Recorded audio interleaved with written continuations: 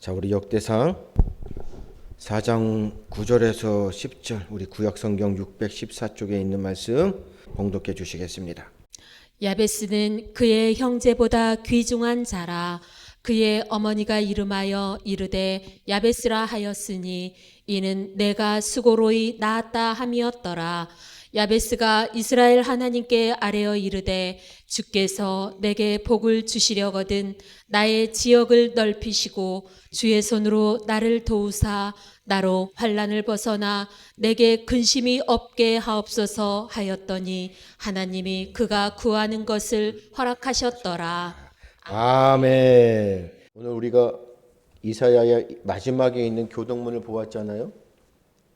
그럼에도 불구하고 우리는 주께서 우리와 함께 하심으로 어떻게 한다고요? 이제는 하나님께서 정말로 이 신천지, 이 이단이 너무 신천지 이것을 가져가서 우리가 이 말씀을 잘 사용을 안 하는데, 새하늘과 새 땅, 우리에게 새하늘과 새 땅을 창조하시고, 그리고 내가 예루살렘을 즐거워하고 나의 백성을 기뻐하고, 그렇죠? 그래서 내가 예루살렘을 즐거운 성으로 창조하며 그 백성을 기쁨으로 삼으시는, 어두움 시대 가운데에서도 하나님께서 알곡과 가라지를 구분하시고 그 알곡들을 통하여서 다시금 우리를 회복하셔서 예루살렘을 새롭게 창조하시는 새 하늘과 새 땅, 우리에게 기회의 땅으로 다시 한번 우리에게 기회를 주셔서 우리 대한민국 정말로 이 땅 가운데에서 우리는 선교지가 되는 거잖아요. 전처지가 되는 거예요. 오늘도 아침에 예배를 준비하고 나오면서 보니까 지금 이 시대 가운데 목사님의 말씀들, 우울증에 걸린 사람들, 우울증을 극복하고 우울증을 이겨낼 수 있는 그 방법? 다른 게 없더라고요. 우리가 항상 말씀으로 우울증을 이겨낼 수 있는 건 하나님이 우리와 함께 하시기 때문에, 그렇죠? 그렇기 때문에 우리는 하나님을 믿어야 한다 이거죠. 하나님의 말씀을 믿어야 한다는 거 너무나 지극히 당연한 말이고요. 그리고 또 다른 목사님은 계속적으로 선교사들, 이 선교사님들에 대해서 이야기를 하고 조선과 근현대사에 대해서 역사를 또 가르치면서 말씀을 하시더라고요. 그 가운데 교회는 누구의 피로 세움을 받았다고요? 예수 그리스도의 핏값으로. 그럼에도 불구하고 예수님은 누구를 통해서 일하신다? 그렇죠. 우리를 통해서, 사람을 통해서 일하시는데 그 사람이 바로 선교사들이고, 선교사들이 우리나라에 자신의 피를 흘리며 교회를 세웠기 때문에 선교사들을 통해 그 피를 통하여 교회가 세워졌다 하면서 이야기를 하시는데, 그렇죠. 그럼에도 불구하고 우리는 분명하게 알아야 되는 게 무엇이에요? 우리나라, 하나님께서 우리 대한민국을 너무나 사랑하셨기 때문에 다른 나라와는 비교도 될 수 없는 은혜를 주셨어요. 그 은혜가 무엇입니까? 우리에게는 야베스와 같은 귀중하고 소중한, 너무나 존귀한 사람을 하나님께서 선택하셨다는 거죠. 왜요? 무엇 때문에 그것을 알 수가 있어요? 그건 우리 한국교회 역사입니다. 이미 중국의 선교사들을 통하여서 말씀을 접하고 복음을 듣고 그 복음 안에서 거듭난 하나님의 사람이 중국에 번역되어 있는 성경을, 중국 성경이잖아요. 우리나라 말로 이미 번역해서 그것을 가지고 들어왔어요. 선교사님들이 우리나라에 성경을 전해준 것이 아니라 이미 우리나라에는 우리말로 번역되어 있는 성경을 갖고 있는 나라가 우리 대한민국이었다는 거지. 이거는 세상의 모든 나라에 비교할 수 없는 은혜입니다. 이 선교사님들이 들어와서 깜짝 놀랐다는 거 아니에요. 왜요? 성경이 있다는 게. 그것이 바로 우리 대한민국입니다. 새 예루살렘을 창조하시는 하나님께서 우리나라를 얼마나 사랑하셔서 우리를 통하여서 세상의 선교를 감당할 수 있는 전처지로, 우리를 삼아 주셨고, 그로 인해서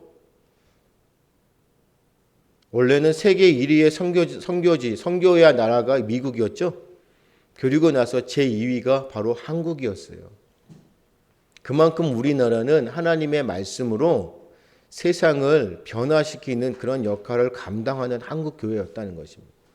선교사님들이 너무 많이 갔어요. 우리 집사님들도 아시잖아요. 선교사님들 위험한 지역에 가지 말라고 하는데도 선교사로 가서 큰일이 있어서 나라에, 그래서 교회를 공격하고, 굳이 왜? 그럼에도 불구하고 주의 말씀이기 때문에 이미 온 세계의 세상에 하나님의 말씀을 들고 가는 선교사님들이 많다는, 지금도 오지에 우리나라 선교사님들 많이 가 있습니다. 그분들이 무엇을 바라고 가나요? 아니요. 그런데 그런 분들과 우리는 어떻게 해야 되는 것이에요? 한국교회는 그렇게 생명을 다하여 땅 끝까지 이르러 복음의 증인으로 선교하는, 생명을 거는 그분들과 어떻게 해야 돼요? 우리는 같이 가는 거예요. 그래서 우리는 그러한 모습 가운데 하나님께서 우리를 어떻게 세워주셨는지, 앞서도 우리가 기도하고 말씀으로 우리가 계속 나누잖아요. 하나님께서 우리를 얼마나 사랑하셨는지, 우리를 누구와 같이 여겼다고요? 야베스와 같이 여긴다는 거예요. 존귀한 사람으로, 귀중한 사람으로, 소중한 사람으로, 세상이 우리를 감당할 수 없는 사람으로 우리를 그렇게 만드셨다니까요. 우리가 자꾸 망각하고 잊어버리는 것이 무엇이냐면, 예수님께서 이 땅에 오신 목적, 이유는 뭐예요? 하나님과 단절되어져 있는 그 관계, 하나님 앞에 우리는 은혜와 복을 받는 자, 우리는 부르심의 선택을 받고 기름 부은 자들이잖아요. 이제는 우리에게 무슨 사명이 감당한다고요? 예수님으로 인하여 우리에게 부여하신 사명, 우리의 직분이 무슨 직분이에요? 왕 같은 제사장이잖아요. 많은 분들이 이해를 못하는 것 같아요.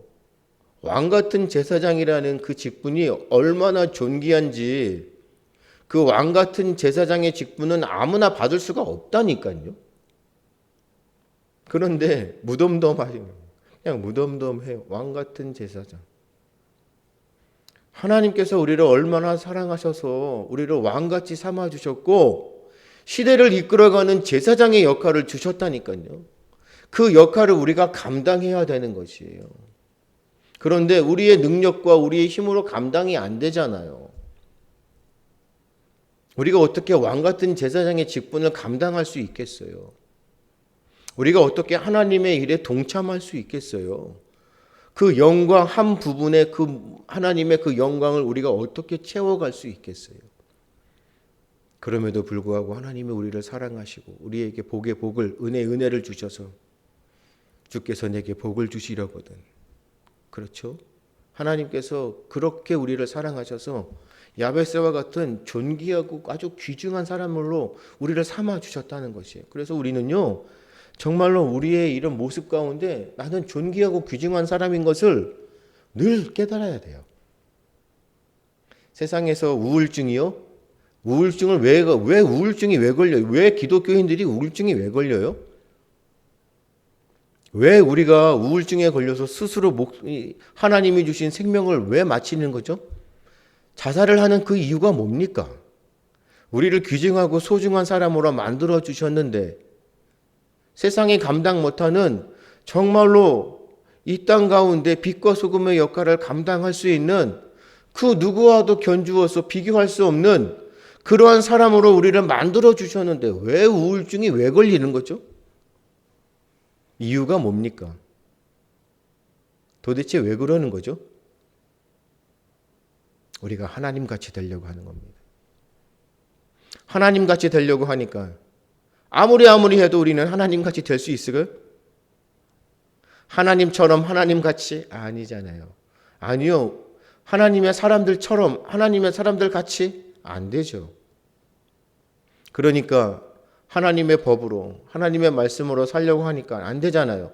그러면 안 되는 걸 포기하고 어디로 가요? 우리가 하나님의 것을 내어놓고 어디로 가요? 세상으로 가는 겁니다.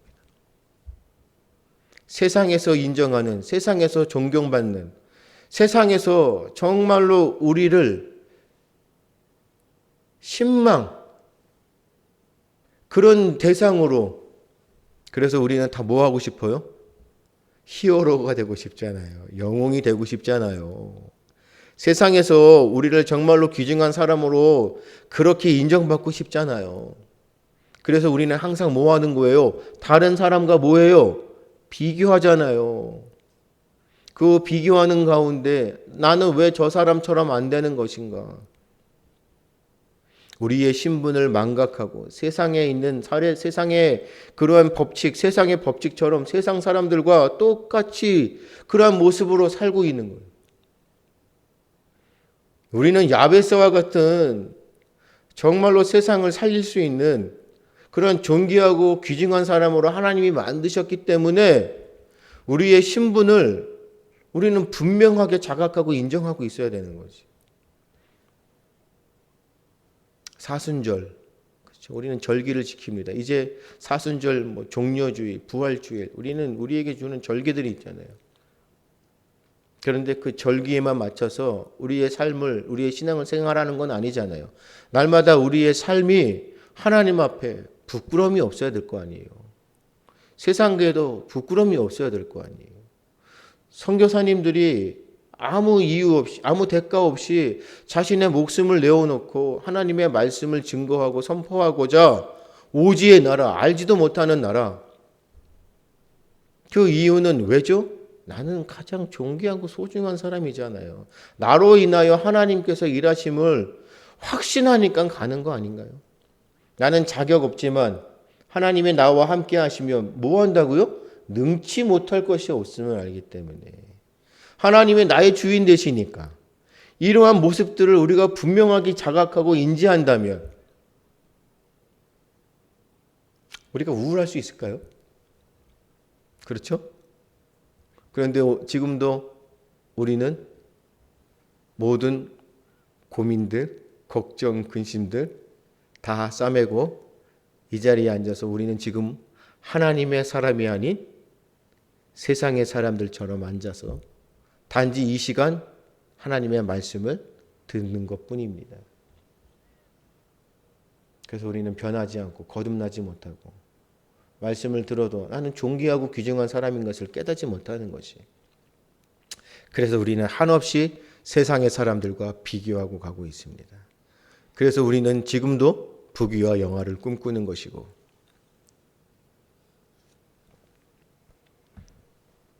지난주 말씀 가운데 우리는 귀중하고 특별히 존귀한 사람으로서 하나님의 그런 존귀의 말씀을 믿는 사람들이에요. 우리는 하나님의 말씀을 믿기 때문에 하나님의 말씀이 반드시 이루어지고 성취될 것을 우리가 확신하기 때문에 우리는 하나님이 우리와 함께 하심을 믿습니다. 그 복음의 말씀을 믿기 때문에 이 어두운 세상 가운데 우리 어제도 보셨죠? 이제는 정말로 다들 뭐예요? 끝이라고 생각해서 끝장을 보는 것 같습니다. 총동원, 각 진영이 진짜 이제는 마지막이라고 생각하고 죽기를 각오하는 것 같아요. 그래서 죽기를 각오하며 산다. 필사직생, 그렇죠? 나는 죽기를 각오하고 덤비는 거잖아요. 싸워서 이긴다. 깃발을 흔들고 노래를 부르고 소리를 지르고 참 그럼에도 세상의 사람들은 그럴 수 있다고 쳐요. 교회들이, 그렇죠? 믿는 사람들이 존귀하고 소중한 사람이라고 하나님께서 그렇게 선택하시고 기름 부은 자들이 지금 뭐 하고 있는 것인지, 무엇을 하고 있는지를 모르는 것 같아요. 아주 명쾌한 겁니다. 기독교는 공산주의와 사회주의와 함께 할 수 없어요. 그렇죠? 우리가 알고 있는 위대한 하나님의 사람들, 특별히 영국에서 제2차 대전 이루고 난 다음에 그 체제에 무엇이 들어오기 시작했어요? 공산주의가 침투하기 시작했어요. 왜요? 노동자들로. 공산주의는 정말로 하나님의 말씀과 새 하늘과 새 땅이에요. 왜요? 평등한 나라예요. 모든 사람들이 꿈꾸는 나라가 공산주의예요. 다 잘 먹고 잘 사는 나라예요. 모든 국민이 평등하게. 그러한 공산주의의 그런 이념, 그러한 사상을 가지고 들어왔어요. 그런데 이 땅 가운데 하나님 나라 외에는 이 땅 가운데 모든 것이 평등해요? 모두가 다 잘 살아요? 그거는 헛되고 거짓말입니다. 그런 가운데 그들이 그것을 이루기 위해서 가장 먼저 제거해야 될 대상이 누구예요?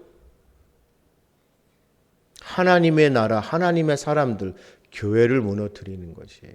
진리를 훼손해야 자신들이 이야기하고 자신들이 주장해서 선동하는 것이 사람들에게 인정이 되는 것이에요.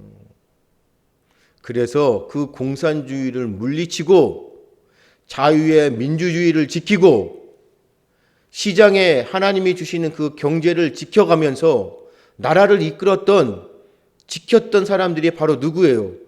하나님의 사람들, 특별하게 부르심을 받은 목사님들이었단 말이에요. 목사님들이, 지도자들이 주의 말씀으로 나라를 세웠어요. 지켜냈어요. 계몽했어요. 아니다. 그래서 노동자들이 들고 일어나는 모든 것들을 어떻게 해요? 막아냈어요. 그곳에 하나님께서 역사하심을, 놀라운 주의 기적들을, 부흥들을 경험케 하고, 역시 하나님은 살아계시는구나. 그것을 누가 감당한다고요? 귀중하고 존귀한 야베스와 같은 하나님의 사람들, 특별히 기름 부음 받은 목회자들이 주의 말씀을 붙들고 저들과 담대하게 영적인 전쟁 가운데 싸워서 승리해 지켜내서 지금의 유럽이 있는 거예요. 그 모든 상황들이 지금 어디에? 우리의 상황과 똑같습니다. 그래서 안타깝다는 것이에요. 많은 분들이 오해하시는 게 무엇이냐면 그동안에 몰랐던 젊은이들이 특별히 유학을 가서 그곳에서 공부를 하며 그 나라의 역사를 알고 있었던 그 사람들, 젊은이들이 우리나라의 현실을 듣고 모든 것을 포기하고 돌아왔어요. 왜요? 나라를 지키겠다고. 아니다. 알기 때문에, 가서 보았기 때문에, 배웠기 때문에. 그래서 뭐 해야 돼요? 배웠기 때문에 가르쳐야죠. 아니다. 아니다. 절대로 교회는, 하나님의 사람들은 공산주의와 사회주의를 인정할 수 없고 같이 살 수 없어요. 그런데 지금 뭐예요? 깃발을 흔들고 하나님께서 세워주신 위정자를, 지도자를 어떻게 해서든지 끌어내려서 자신들이 원하는 세상, 공산주의, 사회주의, 모든 것이 평등해요? 너도 평등, 나도 평등이에요? 너만 잘 사는 것이 아니라 모든 사람들이 다 잘 살아야 돼요? 모든 것을 무너뜨리고 있는 거예요. 그것을 언제 우리나라가 이렇게 됐어요? 정말로 무서운 게 뭔지 아시죠? 단 5년 만에. 그동안에 우리가 지켰던 그 모든 가치관이 5년 만에 쌍그리 무너져 버렸어요. 무섭습니다. 그래서 우리는 뭐 하는 것이에요? 그것을 막아내는 것이에요. 그렇죠? 우리는 영적인 눈을 뜨는 것이에요. 우리는 야베스와 같은 그러한 존귀한 자들로 세상 가운데 하나님의 말씀을 선포하는데, 우리는 지금 우리와 함께 한다는 그런 모습 가운데 우리 지금의 그 정부, 우리 윤석열 대통령의 정부를 지키는 것이 목적이 아니라는 것이에요. 우리는 분명하게 아셔야 되는 거예요. 우리는 대한민국을 지키는 겁니다. 분명한 겁니다. 우리는 자유의 민주주의를 지키는 겁니다. 하나님의 나라를 지키는 거예요. 무너져 버리는, 교회를 망가뜨리는, 특별히 가정을 무너뜨리는, 왜죠? 동성애를 인정하는 거, 성차별하지 말라는 거. 그들의 궁극적인 목적은 교회를 무너뜨려서 가정을 무너뜨리는 것이에요. 우리는 그것을 지켜내는 겁니다. 누가 감당해야 돼요? 바로 하나님께서 존귀하고 귀중한 자로 삼아주신 우리가 하는 겁니다. 그래서 우리는 주의 말씀을 듣습니다. 그 말씀을 듣고 우리는 그 말씀대로 믿고 의지하고 그 말씀을 우리가 배웠기 때문에 세상에 나아가 가르치는 겁니다. 아니다. 그런데 우리의 힘으로 안 됩니다. 왜죠? 우리는 연약하기 때문에. 그래서 우울증에 걸리는 그 모습 가운데 본문이 바로 우리가 자주 보았던 엘리야가 어디로 도망갔어요? 사막으로 도망가서 어디 밑에서? 로뎀나무 밑에서 나는 이제 죽기를 원합니다. 우울증에 걸려서. 왜죠? 너를 오늘 죽일 것이다. 그 위대한 역사를 나타냈던 엘리야가 목숨이 경각에 있기 때문에 그 목숨을 잃을까 봐 무서워서 그 가운데 나는 주님의 일을 감당했는데 결론적으로는 나는 이제 죽는 거예요. 내가 그러면 왜 그랬을까? 우울증에 걸렸어요. 그럴 때 그 우울증에 걸려있는 힘없는 그 엘리야에게 주께서 찾아오셔서 뭐 하십니까? 일어나라는 것이잖아요. 정말이에요.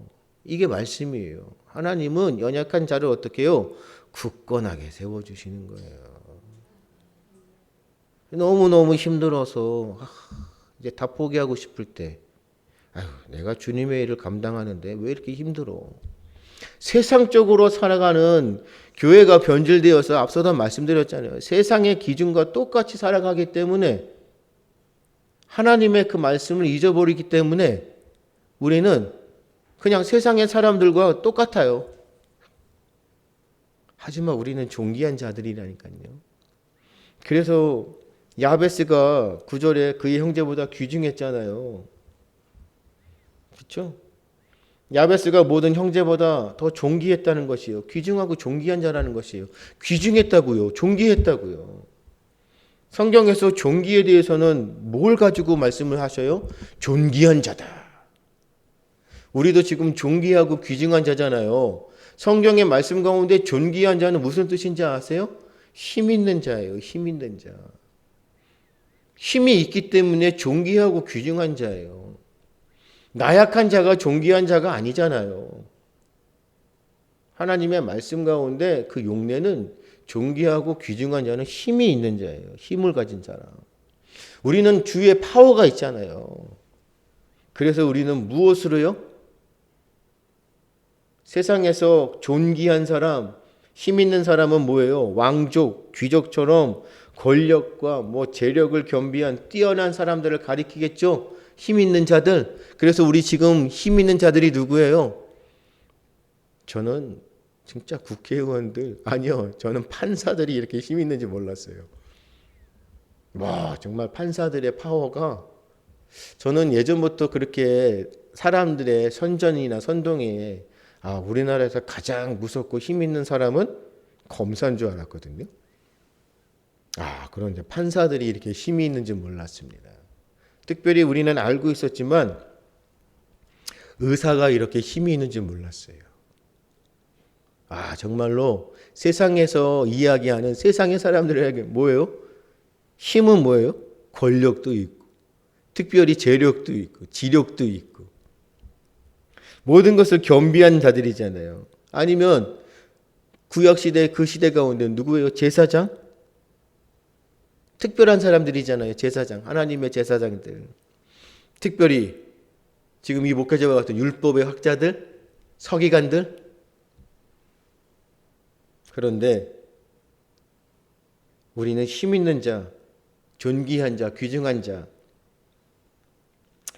사도행전 1장 8절에 너희에게 성령이 임하시면 너희가 무엇을 받는다고요? 권능을 받고. 자, 그렇다면 우리의 힘은 뭐예요? 우리의 파워는 성령님의 권능이에요. 권세와 능력. 세상이 줄 수 없는 하나님께서 우리에게 주시는 그 파워, 힘은 하나님의 권세와 능력이에요. 그래서 우리는 가장 존귀하고 귀중한 힘 있는 사람들로 세상을 변화시키는 존재들이 되는 것이에요. 세상의 힘으로요? 안 된다니까요. 왜요? 지금은 세상에 힘 있는 자들이 지금 나라를 이끌어가는데 지금 이 모양이잖아요. 이 사람들을 변화시키고 우리 대한민국을 지키고 정말로 다음 세대들을 위해서 온전한 나라로 물려줄 수 있는 그 힘 있는 권세 있는 자들은 누구예요? 성령의 권능을 받은 우리들입니다. 그래서 우리는 광장에 나가는 겁니다. 그리고 우리는 외치는 것이고 우리는 기도회를 하는 것입니다. 교회가 깨어야 합니다. 이미 우리나라에는 하나님의 말씀이 존재했던 나라입니다. 민초가 세상을 지킨다고 막 그렇게 얘기들 하잖아요. 하나님의 사람들이 나라를 지키고 세상을 지키는 겁니다. 할렐루야. 그래서 우리는 하나님의 그 능력, 그 은혜와 충만함으로 우리는 성령님의 권능으로 세상을 변화시키는 거예요. 바울이 말만 해요. 그리고 교만해요. 우리 고린도 교회 아시잖아요. 고린도전서. 얼마나 그 나라가 고린도 지역이 얼마나 풍성했습니까? 그런데 교인들이 어떻게 해요? 아주 교만하잖아요. 이유는요? 풍성한 삶을 살기 때문에. 부자들이에요. 다른 지역과 비교할 수 없는. 그런데 그 고린도 교인들이 말만 하는 거예요. 머리에 배운 게 너무 많아요. 말만 해요. 그래서 주께서 허락하시면 내가 너희에게 속히 나가서 어떻게 해요?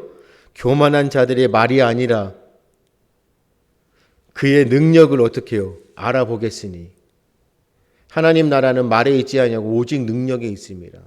이 말씀 꼭 기억하십시오. 하나님의 나라는 말에 있는 것이 아니에요. 주의 능력에 있는 것이에요. 주의 권능을 힘입는 자들이 세상에 나아가 그 권능의 말씀으로 세상을 다스리고 변화시키면 그곳에 하나님의 능력이 나타나는 것이에요. 그래서 앞서도 말씀드렸잖아요. 공산주의에 빠져서 공산주의를 부르짖고 외쳤던 자들이 주의 능력을 경험하거나 그들이 변화되어서 나라를 지키고 자유의 민주주의를 지켜나가는 겁니다. 교회가 지켰다는 건 하나님의 말씀이 그래서 그들을 변화시켰다는 것이에요. 미국도 마찬가지였습니다. 특별히 우리가 너무나 잘 알고 있는 정말 본받고 싶지만 우리가 본받을 수가 없어요. 조나단 에드워즈 너무나 훌륭한 하나님의 사람 오직 주의 말씀으로 에드워즈가 공산주의를 지켜냈습니다. 미국도 마찬가지였어요. 주의 복음으로 능력으로 그 어두운 악의 세력들을 물리쳐 버렸다는 거죠. 그 지역을 변화시킴으로 인하여 그곳에 하나님의 능력이 나타나니까 미국의 전역을 어떻게 해요? 변화시키는 겁니다. 그래서 미국의 진정한 부흥은 바로 조나단 에드워즈. 우리나라도 마찬가지예요. 우리에게는 세상을 바꿀 사람이 필요하잖아요. 그렇기 때문에 우리는 누구예요? 바로 야베스와 같은 사람, 존귀하고 귀중한 사람이지만 실제적으로 우리에게 필요한 사람, 세상을 변화시킬 수 있는 사람 누구이죠? 우리는 이 사람을 닮아가야 됩니다. 이방인이었죠? 바로 신약에 나오는 백부장 고넬료와 같은 사람.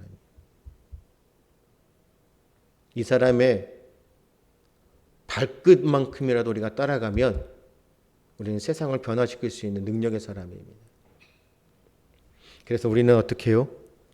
늘 기도하고 사랑하고 예배하는 겁니다. 그래서 10절에 야베스가 이스라엘 하나님께 아뢰어 이르되, 야베스가 이스라엘 하나님께 아뢰되. 야베스는요, 기도하는데 모델이 아마 야곱이었을 거예요. 그 당시에 이스라엘은 누구의 하나님이었어요? 아브라함의 하나님, 이삭의 하나님, 야곱의 하나님. 하지만 야베스는 기도하는 가운데 그 기도의 모델에 자기가 본받고 싶은 야곱이었어요. 야곱은 기도하면서 하나님의 은혜 가운데 이름이 바뀌었죠? 야곱을 무엇으로 부른다고 하셨어요? 이스라엘이라고. 이스라엘이란 하나님과 겨루어 이겼다는 뜻입니다. 하나님과 겨루다고요? 왜 야곱을 이스라엘이라고 했을까요? 우리가 너무나 역사를 잘 알잖아요. 성경의 역사, 야복강 천사와 씨름하다가 천사를 붙들고 내게 뭐 한다고요? 복을 주지 않냐시며 끝끝내. 그럴 때 이 천사가 어떻게 했어요? 환도뼈를 쳐버렸죠. 그런데도 야곱이 어떻게 했어요? 낫나요? 아프다 하고 끝냈나요? 정말로 하나님의 말씀 가운데 주시는 의미가 굉장히 큽니다. 천사가 환도뼈를 쳤을 때 야곱이 아프다고 낫나요? 우리에게 고난이 주어지고 시험이 오고 환란이 오면 그것을 놓나요? 주의 말씀을 붙들고 그 말씀을 붙들고 정말로 세상에서 온전한 신앙인의 모습으로 살아갈 때에 하나님께서 우리에게 이 사탄 마귀를 통하여 시험을 주시고 환란을 주실 수가 있어요. 왜요? 그 이유가 뭐예요? 우리를 사랑하시기 때문에 우리를 훈련하고 단련하시는 거예요. 그럴 때 우리의 환도뼈를 쳐요. 그러면 우리는 어떻게 해요? 놓나요? 야곱이 왜 이스라엘에만 끝까지였다는 것이에요. 아파도 그것을 견디어내고 붙들었다는 것입니다. 절대적으로. 왜요? 하나님 없이는 살 수가 없어요. 내게 복을 주십시오. 어떤 고난이 오고 어떤 시험이 와도 아니에요. 나는 주의 말씀만 붙들고 갑니다. 왜요? 나를 이렇게 만드셨기 때문에. 나는 주 없이는 살 수 없잖아요. 그래서 야곱을 이스라엘이라고 부르는 겁니다. 그래서 야곱은 환난과 시련의 사람이었잖아요. 얼마나 힘들었습니까? 하나님께서 지금 이 시대에 바로 찾는 사람이 그런 사람이에요. 그래서 제가 말씀으로 우리 집사님들에게 강권적으로 말씀드리는 게 뭐예요? 모든 하나님의 말씀으로 세상의 문제들, 특별히 이 나라를 위해서 다음 세대 그 문제를 어떻게 해요? 끌어안으라는 것이에요. 내가 끌어안고 기도하라는 것이에요. 다른 사람 하게 해주세요. 다른 사람이 그냥 알아서 하시게. 아니에요. 이 모든 문제의 핵심, 이 문제를 해결할 수 있는 사람, 존귀하고 소중한 사람, 바로 야곱과 같은 사람, 고넬료와 같은 사람, 누구라고요? 하나님이 누구라고 칭하신다고요? 나예요, 나. 그래서 우리는요, 야곱과 같이 뭐예요? 모든 문제들을 다 끌어안고 하나님 살려주세요. 이것이 기도의 모델입니다. 우리는 이런 사람을 원하는 것이에요. 누가복음 18장에 그런 말이 있잖아요. 내가 너에게 이르노니 속히 그 원한을 풀어주시리라. 그러나 인자가 올 때에 세상에서 무엇을 보겠다고요? 믿음을. 내가 너희의 믿음을 보겠다는 것이. 그래서 우리는 누가복음에 있는 말씀 잘 알잖아요. 야곱과 같은 이 누가복음의 사람의 우리가 비유할 때 누구예요? 우리 집사님들 누구죠? 누가복음에 이 야곱과 같은 그러한 기도의 사람이 누구였죠? 바로 과부였죠. 과부. 끈질기게, 그렇죠? 온갖 조롱, 비웃음, 얼마만큼 그 재판관이 그 과부를 멸시했습니까? 그럼에도 불구하고 과부는 어떻게 해요? 끝까지 끈질기게 간청하죠. 우리는 그렇게 돼야 되는 것이. 한 번 기도하고 아니다. 내가 오늘 기도 한 번 했으니까 끝났네. 언제까지요? 주님 부르시는 그날까지. 할렐루야. 그래서 생명을 바쳐서 기도하는 사람입니다. 그래서 특별히 우리 참 좋은 교회에 우리 집사님들 계시기 때문에 그런 기도의 사람이 있다면 보물 중에 보물입니다. 집사님들은 보물 중에 보물이 되어야 돼요. 할렐루야. 아멘. 그래서 우리 10절에 있는 말씀들을 통하여서 우리가 보지만 야베스가 이스라엘 하나님께 아뢰어 이르되 주께서 내게 복을 주시려거든 무엇을 하라고요? 나의 지역을 넓힌다. 나의 지경을 넓히시고 비전이 있는 사람이에요. 그래서 우리 집사님들 비전, 꿈을 어떻게 해요? 크게 꾸시라고요. 그래서 비전을 가진 사람들이 존귀하고 귀중한 사람이에요. 우리에게는 비전이 있어요. 우리에게는 소망이 있어요. 그렇죠. 우리는 우리에게 주시는 하나님의 소망이 있다는 사람이 있는 거예요. 우리는 비전이 있는 사람이에요. 우리가 우울증에 안 걸리는 이유가 무엇이에요? 비전이 있기 때문에. 나는 하나님이 주시는 비전이 있어요. 소망이 있는 사람이에요. 그렇기 때문에 우리 집사님들 꿈을 꾸세요. 지금은 우리 참 좋은 교회가 지금의 모습 가운데는 나약해 보이지만 꿈을 가지시라니까요. 말씀으로 배우고 단단하게 우리가 먹을 것을 먹으면서 성장하면 하나님께서 때가 되면 우리에게 부어주신다니까요. 우리는 어떠한 모습으로요? 말씀으로 무장해서. 우리가 앞서도 보았지만 주의 말씀으로 나라를 지키는 사람들, 어둠의 세력들을 맞서서 담대히 싸울 수 있는 사람들, 진리를 위해서는 물러서지 않는 사람들, 그것을 놓고 끝까지 기도하는 사람들, 그러한 모습으로 비전을 꿈꾸는 정말 우리의 모습 가운데. 그러면 하나님께서 우리의 지역을 넓혀주시고 주의 손으로 나를 어떻게 도우셔서 환난을 벗어나서 뭐가 없다고요? 근심이 없고. 그랬더니 하나님이 그가 구하는 것을 허락하셨다는 거. 야베스의 구체적인 이런 간구는 무엇이었어요? 실제적인 구체적인 야베스가 원했던 것은 환난을 벗어나서 내게 근심이 없게 해. 자기 육신을 위한 것은 어떻게 해요? 그냥 소박해요. 나에게 환난을 벗어나 근심이 없게 해달라는 것뿐이잖아요. 그렇죠? 하나님 나의 지역을 넓히셔서 나로 하여금 뭐예요? 세상을 통치하고 다스리고 이런 꿈이 아니잖아요. 그렇죠? 하나님께서는 어떻게 보면 존귀하고 귀중한 사람들로 세상을 변화시키지만 그럼에도 불구하고 끝까지 기도하는 사람 가운데 하나님을 향하여서 자기를 위한 기도는 소박한 사람들을 찾으시는 것 같아요. 하나님 내게 복을 주셔서 지역을 넓히시면 내게 생각할 수 없는, 아마 세상에서 정말로 나를 부러워할 수 있는 부귀와 영화를 주시옵소서. 특별히 우리 집사님들에게 계속 제가 말씀으로 가르치는 이 배우게끔 하는 말씀이 무엇이에요? 만사형통은 아니라는 것이에요. 하나님의 말씀을 들으면 그 말씀대로 내가 믿으면 모든 것이 형통한 거예요? 아니라고요. 야곱에게 천사가 어떻게 했다고요? 환도뼈를 내리쳤다고요. 하나님께서 우리에게 무엇을 주신다고요? 환난도, 시험도, 고난도 주신다고요. 그 이유는요, 사랑하기 때문에.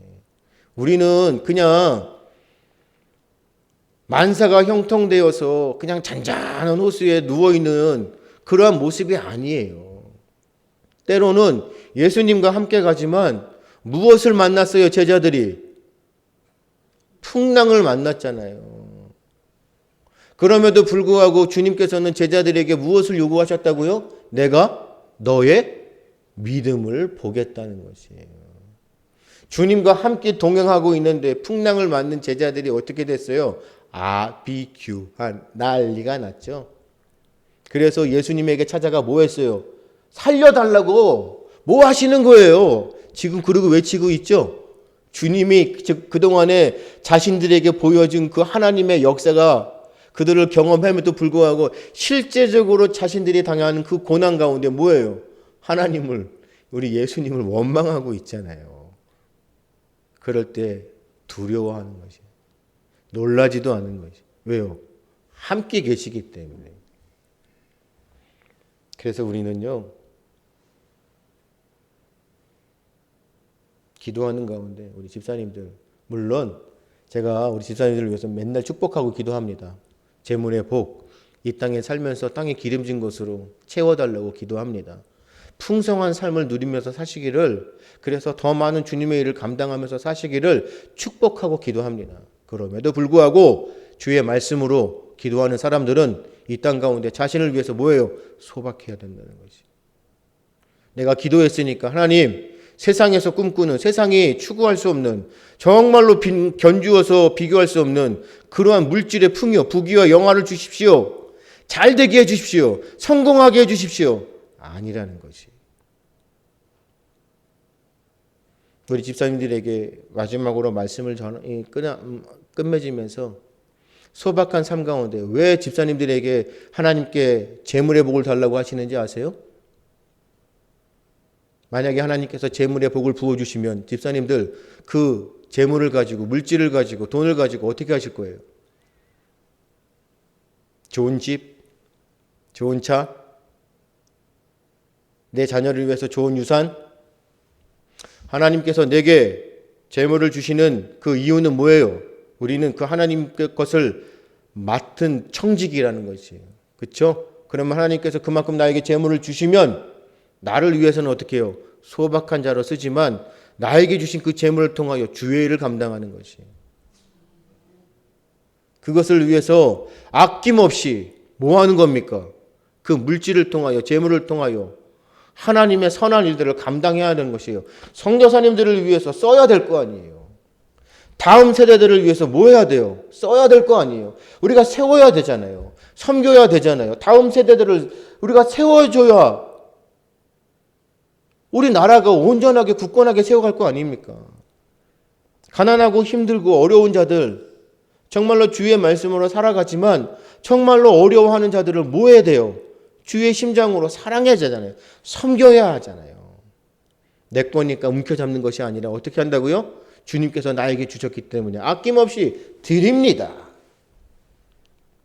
그래서 우리 집사님들을 위해서 재물의 복을 달라고 기도하고 있습니다. 그래서 하나님께 이 모든 것들은 뭐예요? 앞으로 주님 앞에 섰을 때 하나님, 나 이렇게 하고 왔습니다. 나의 믿음 아시죠? 우리는 자랑할 것이 있어야 되지 않겠습니까? 할렐루야! 우리는 귀중하고 소중한 사람들로 이 말씀 꼭 부여잡고 지금 이 땅 가운데, 지금 이 시대 가운데 우리를 너무나도 하나님께서 필요로 하셔요. 분명하게 하시고 존귀하고 귀중한 사람들로 이 말씀 가운데 끝까지 굳건하게 서서 날마다 삶 속에서 영적인 전쟁 가운데 승리하시는 여러분들의 삶이 되시기를 주님의 이름으로 축복합니다.